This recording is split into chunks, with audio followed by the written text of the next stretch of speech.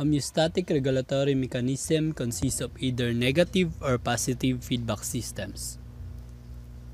The control system and negative feedback systems makes adjustment to offset the input.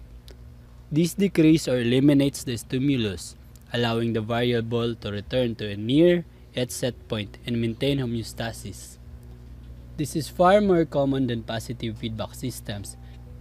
It has two different existing categories: the long loop feedback system and the short loop feedback system. Long loop feedback system occurs when the hormones from peripheral endocrine glands can exert feedback control on the hypothalamus and anterior pituitary. This type of control is exemplified in the relation between the hypothalamus, anterior pituitary gland, and the peripheral endocrine glands controlled by pituitary hormones. On the other hand, the short loop feedback system has a direct negative feedback inhibition to the synthesis or secretion of the related hypothalamic hormones.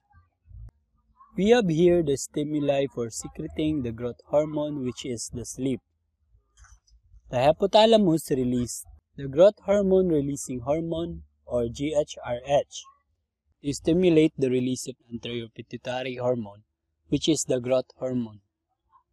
This hormone then acts on the liver and other peripheral tissue to release the insulin-like growth factor 1, or the somatomedin C. The somatomedin C exhibit long-loop feedback on the growth hormone secretion by inhibiting the release of GHRH of hypothalamus. It then results to the decrease of release of growth hormone from adenohypophysis.